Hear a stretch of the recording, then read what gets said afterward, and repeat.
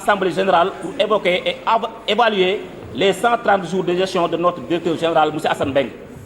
Nous souhaitons également apporter des éclaircissements aux propos politiciens de notre ministre de tutelle, M. El Malik Ndiaye, concernant la situation de Dakar Dem Dikk. La société Dakar Dem Dikk, bien qu'étant une société juridique privée à participation majoritaire de l'État du Sénégal, assume une mission de service public dont la dimension sociale est garantie par l'État.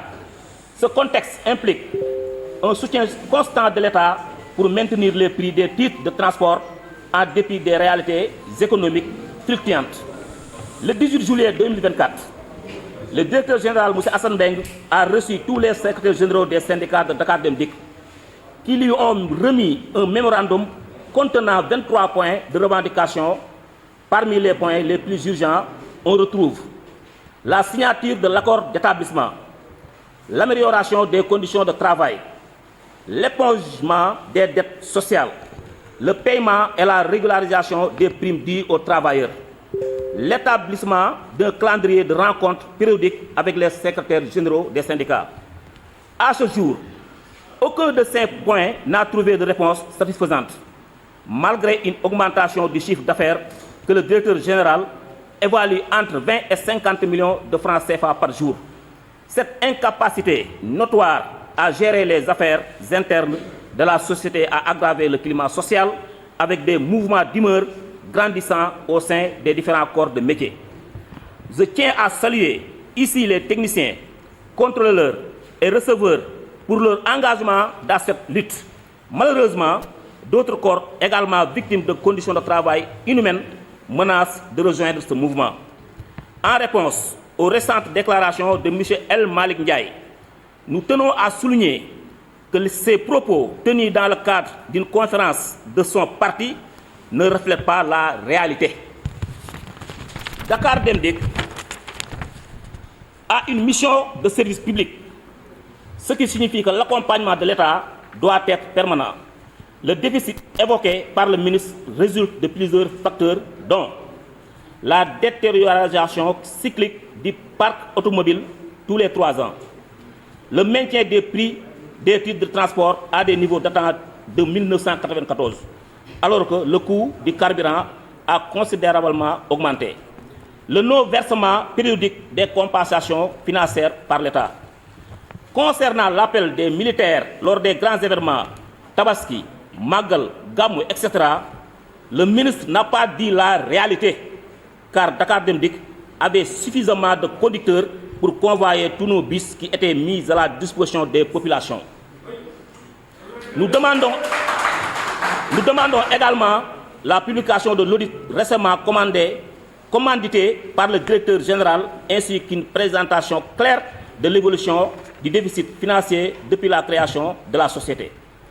Concernant la gestion interne, il est impératif que le ministre précise les accusations qu'il a portées, notamment en ce qui concerne la gestion des directeurs et des ressources de l'entreprise. Nous savons que plusieurs directeurs ont été mis à l'écart, contrairement aux déclarations du ministre. Par ailleurs, nous voulons savoir qui a financé les nombreux voyages effectués par M. Assane Mbeng depuis sa prise de fonction. Enfin, il est regrettable d'apprendre que M.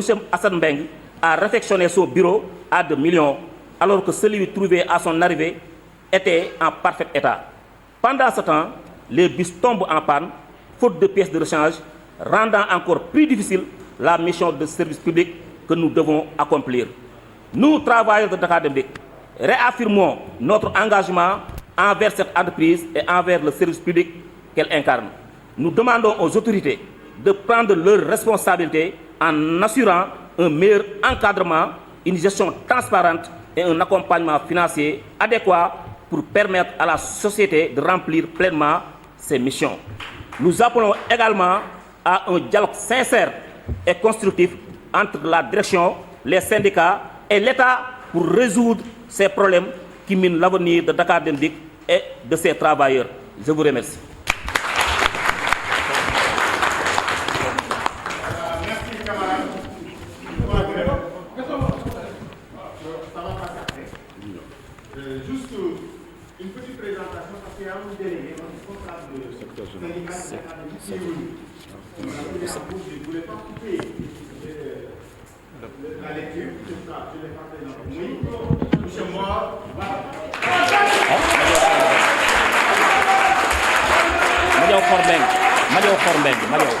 C'est un conducteur interurbain. L'un des professionnels de Dakar dit que Dakar n'a que des professionnels. C'est l'un des conducteurs interurbains, l'un des plus remarquables. C'est un délégué du personnel. Il est de UDT, il est de notre syndicat, il est de UDT. Donc, s'il éprouve, il est secrétaire général SPC, le nouveau syndicat que dirige Samassar. Il est son premier adjoint. Donc, c'est des responsables qui ont rejoint des responsables, tout en sachant que ce que nous venons de lire ici, je crois que vous comprenez bien le français. Ce qu'on a dit, ce n'est pas de l'anglais, ce n'est pas de l'Europe. C'est du français uniquement dit. Donc, vous, journalistes, vous, interlocuteurs de la population, vous, décortiqueurs des faits passés et présents, vous venez d'entendre. Ce que nous avons dit, ce que les secrétaires généraux ont dit ici, ce n'est pas des choses formelles. C'est des choses réalistes qui existent au sein de l'entreprise. Donc, nous demandons à l'opinion de nous juger par rapport à ça. Et ces secrétaires généraux-là, ils ne sont pas là pour nous jouer le tour ou bien pour jouer l'opportunisme auprès des autorités. Non! Nous sommes là pour uniquement le bien-être et le parfait de l'agent de l'académie. Comment et bien dit, et un agent de l'académie qui travaille à l'unité, qui travaille aussi à un travail dit et un salaire dit. Donc, c'est ça qui nous réunit, c'est ça qui nous anime, c'est ça qui anime ces secrétaires généraux-là. Si c'était faux ou si ce n'était pas ça, c'est pas comme ça que la réunion se fait. Donc, nous passerons la parole à M. Masek Ndiaye, qui est secrétaire général de STD, l'initiative principale. M. Morat reviendra au point de presse. Donc, nous passons au secrétaire général Masek Ndiaye, qui est l'initiative principale de cette journée. Camarade Masek Ndiaye, vous avez la parole.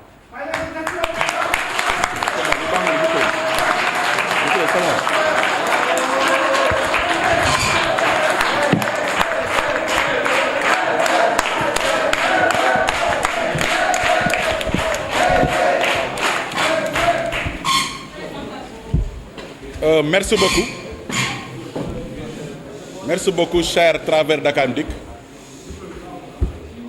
Merci beaucoup, les journalistes ici présents, avec donc vraiment cette forte mobilisation des journalistes. Donc d'abord, je vais préciser une chose. Le pourquoi de cette Assemblée générale, le pourquoi de cette conférence de presse avec les journalistes. Parce que vous avez entendu vous-même les témoignages, les cris de cœur venant des travailleurs dont nous sommes leurs représentants. Donc je pense qu'à Dakar, aujourd'hui, l'heure est extrêmement grave. Extrêmement grave. Nous avons, donc le président Bassirou Diomaye Faye a nommé un nouveau directeur général au niveau de Dakar depuis le 30 mai 2024. Donc ça fait environ plus de 140 jours qu'il est là, au niveau de Dakar. Mais nous, travailleurs, nous, syndicats, on a le droit de l'évaluer et de mettre en place des plans d'action pour la résolution des problèmes des travailleurs de Dakar. C'est ça, donc, l'essence, c'est ça. Donc c'est ça l'idée de cette Assemblée générale. C'est ça l'idée de cette conférence de presse. Donc c'est tout à fait normal, je pense. Maintenant, pour revenir rapidement dans le vif du sujet, je pense que le camarade Madiaw, inspecteur Madiaw Khorbeng, l'a bien dit. Il faut qu'on le complique. Donc le secrétaire Madiaw Khorbeng l'a bien précisé. N'est-ce pas? Je ne serai pas long en français, mais il faut qu'au moins qu'on donne certains commentaires. C'est extrêmement important, nous sommes en conférence de presse, n'est-ce pas? Maintenant, quel est le problème aujourd'hui au niveau de Dakar? J'ai dit qu'on a nommé Assane Mbengue depuis plus de 140 jours. nous, tous les secrétaires généraux de Dakar Dem Dikk, je vais dire tous les secrétaires généraux de Dakar Dem Dikk, sauf bien sûr le nouveau syndicat, parce que quand on déposait les mémorandums, donc le syndicat dirigé par Samba Sarr, représenté ici par Mbowan, n'était pas encore né. Nous avons déposé un mémorandum, parce que c'est lui-même, M. Hassan Beng, qui nous a instruit ça lors de notre première rencontre avec lui. Il nous a dit les problèmes sont, il y a beaucoup de problèmes à Dakar Dem Dikk, il ne les maîtrise pas. Qu'on fasse, nous, secrétaires généraux, tous les secrétaires généraux de syndicats, je vous avais dit, qu'on fasse un mémorandum et rassembler tous les problèmes, tous les points de revendication et de réclamation. Tous les problèmes, donc, de revendication et de réclamation. On l'a déposé dans son bureau. On l'a déposé dans son bureau depuis le 18 juillet passé. Environ 3 mois. Donc c'est un mémorandum constitué de 23 points. Aucun de ces points, je vous dis bien, n'a été résolu. Aucun. Il a donc mis ça dans son tiroir et nous regarde devant les yeux, au moment où les travailleurs souffrent énormément. C'est pourquoi donc l'idée de cette Assemblée générale, c'est tout à fait normal. Il n'a encore rien posé, aucun acte, très sincèrement, qui peut faire avancer l'entreprise. Alors il dit partout qu'il a donc amené les recettes. Les chiffres d'affaires de Dakar Dem Dikk devaient en 50 millions de chiffre d'affaires. On est aujourd'hui donc à 50 millions par mois et par jour de chiffre d'affaires. Et rien n'a encore changé au niveau de Dakar Dem Dikk. Vous pensez que cela est normal? Des receveurs, qui sont en mouvement pendant plus de 10 jours, ils n'ont pas versé. Ils réclament le minimum, une prime veuve, tout simplement, depuis 12 jours, qui sont toujours en mouvement. Vous pensez que cela est normal? Nous disons non, c'est très simple. Et d'autres corps aussi qui réclament des choses. Maintenant, sur les points saillants, qu'on ne va pas, tant que ces points ne sont pas résolus, on ne sera pas d'accord avec Hassan Beng, on sera en désaccord et on va monter encore en créneau, porter le combat.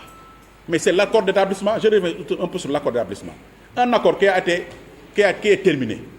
Il a trouvé ça sur place. Il avait promis en quelques jours, en 15 jours, de nous revenir pour qu'on fasse l'évaluation et signer l'accord d'établissement. Il a fait ici plus de 140 jours et rien. Il ne parle plus même de l'accord d'établissement. Et c'est un espoir pour les travailleurs de Dakar Dem Dikk. On s'est battu pendant presque 6 années pour qu'on insère l'accord d'établissement dans l'entreprise, dans la société Dakar Dem Dikk. Il l'a trouvé, tout est prêt. On a tout fait, on a épuisé toutes les procédures. Il reste simplement la signature. Et vous voyez. Donc, je pense que c'est ça qu'on dénonce encore une fois.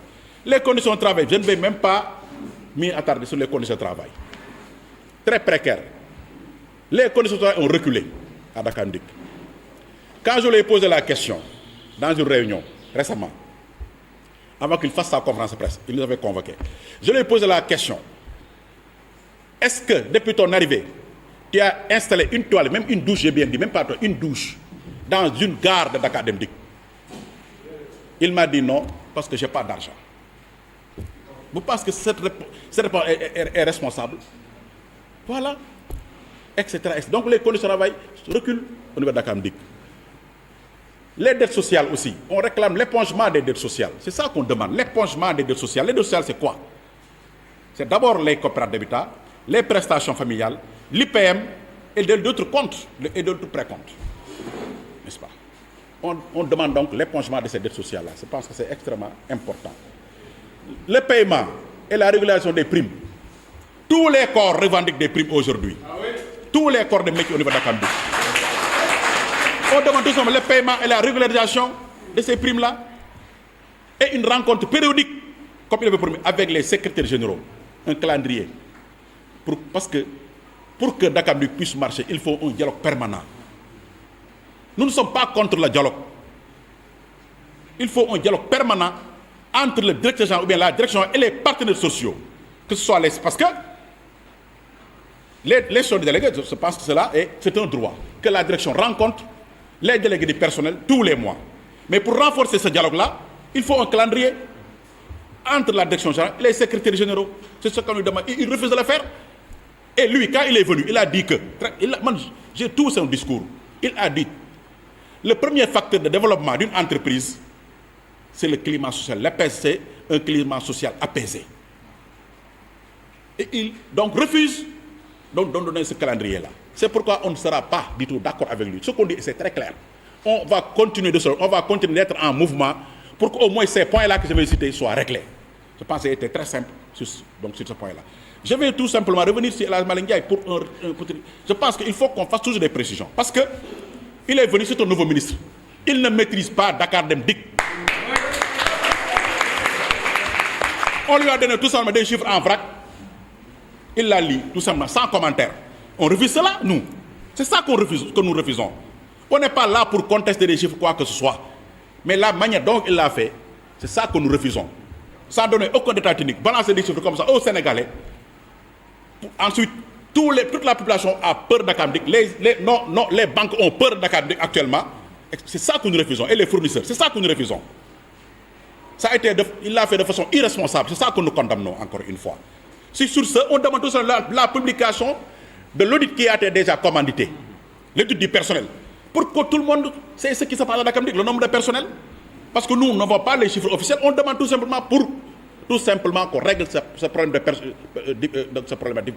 que ce problème-là soit derrière nous. On demande tout simplement l'audit, donc je pense la publication de l'audit du personnel de Dakar Dem Dikk. Il a parlé de déficit, c'est tout à fait normal.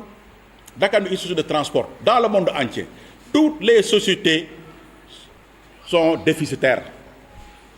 C'est tout à fait normal. L'État doit accompagner, parce que Dem Dikk fait un service public. Vous savez ce qui se passe là. Vous savez très bien que les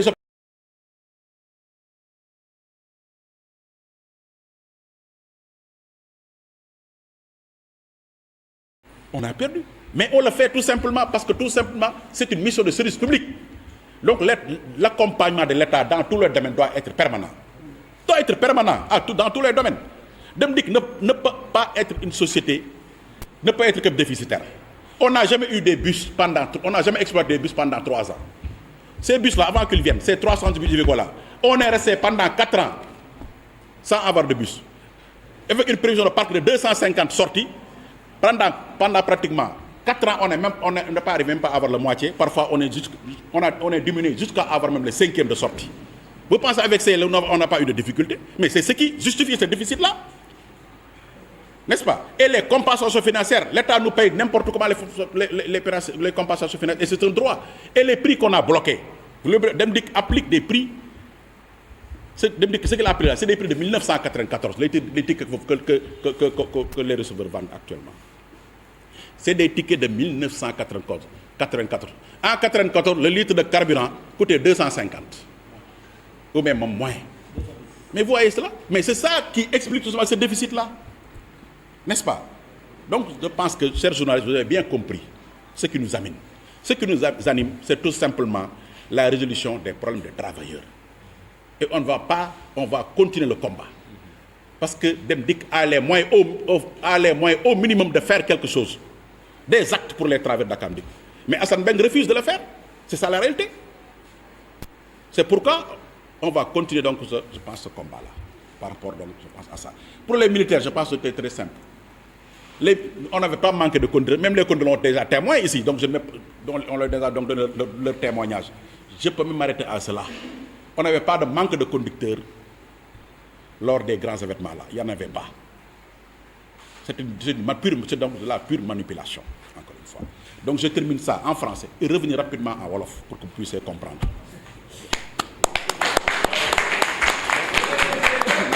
Voilà.